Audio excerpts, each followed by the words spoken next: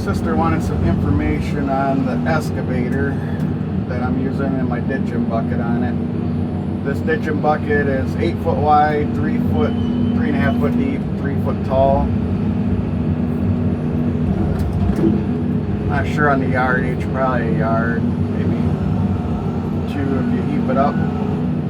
Excavator is a John Deere 345P, 887.8 hours on it, so pretty new. It's the newest model of John Deere. I think it said it weighs around 90,000 pounds. Works really good, zero counterweight. Well, it's reduced counterweight, so it only sticks off the tracks about a foot in the back. For ditching, it works great, so you don't smack against trees when you're ditching. We're doing a job in Michigan, 18.5 miles of ditching and a bunch of box culverts and regular culverts. Been working on it since November. It's February now.